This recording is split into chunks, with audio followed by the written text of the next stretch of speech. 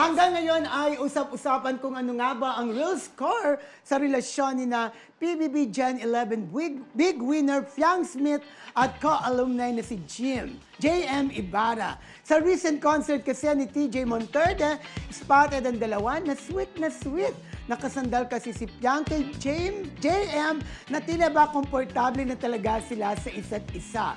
Hasta magjowa ng araw ang galawan nila.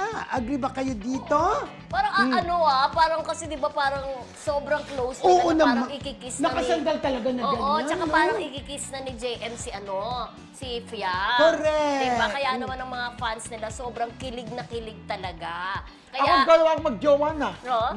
Galawang magjowa na. Galawan. Oo. Galawan lang. Galawang din. Mukhang tunay na kasi hindi ka hihilig sa kanya. Si Piang Jake, parang magyayakap pa. Parang magjowa na enjoy sila sa panonood ng concert. Ako, bagay silang dalawa, hindi lang love them. At for real na. Diba? Correct. totoo. Pero alam mo, laging ganyan yung nabubuong friendship o nabubuong relationship sa loob ng bahay ni Kuya.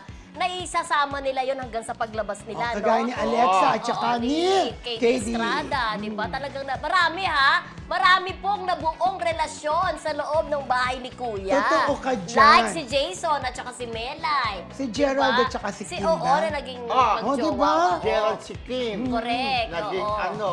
tapos Marami, ang dami. Sino si pa? Sam, at saka yung morenang babae dati. Nagkaroon sila ng relasyon. Oo, nakalimutan Sino yung morenang pangalan eh. babae? Yung Si bus Cassandra one. Ponti. Ayan! Ayun, Diba si Cassandra Alandra? Si Anong Iwa- Alandra? Alessandra. Cassandra Ponti. Ponti. Di ba parang nagkaroon sila ng something? Oo. Di ba? Yung ganon. Ay, lalayo pa ba tayo? Si McCoy at saka si Elise. Elise. Oo, Yes. di ba? Oo. Tapos meron pa si Jane De Leon, di ba? Oo. Jane De Leon? Oo. Ay, Jane De Leon! Jane, sino ba yun? Jane Oinesa. Oo. Di ba? Jane Nagkaroon din Oinesa, ng- oo, Tapos correct. yung dun sa loob ng bahay ni Kuya, si Elise at saka sino yung nagharap sila? Si Jerome Ponce. Jerome Oo, Ponce, na yung ex pa na pinagharap. niya. Pero sa ngayon sa totoo lang, ang daming kinikilig kina Kay Fiang JM at saka at kay saka Fiang. JM. Kasi kakilig-kilig naman talaga. True. di ba? At least sila, hindi nila tinatago yung nararamdaman nila. Talagang wala silang pakialam kung ano sa Pero sarili alam mo- nila. Basta enjoy sila sa panonood ng concert, tapos yakapin-yakapan, di ba? Pero nalaman ko na hindi lang pala si JM ang siniship kay Fiang, pati si Jaren.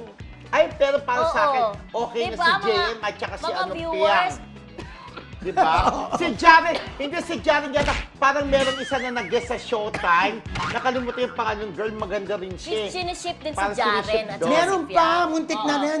Sabi ni Chichang, sina Sanjo Marudo at Bianca. Bianca Pero hindi, Gonzales. Gonzales. Magjowa.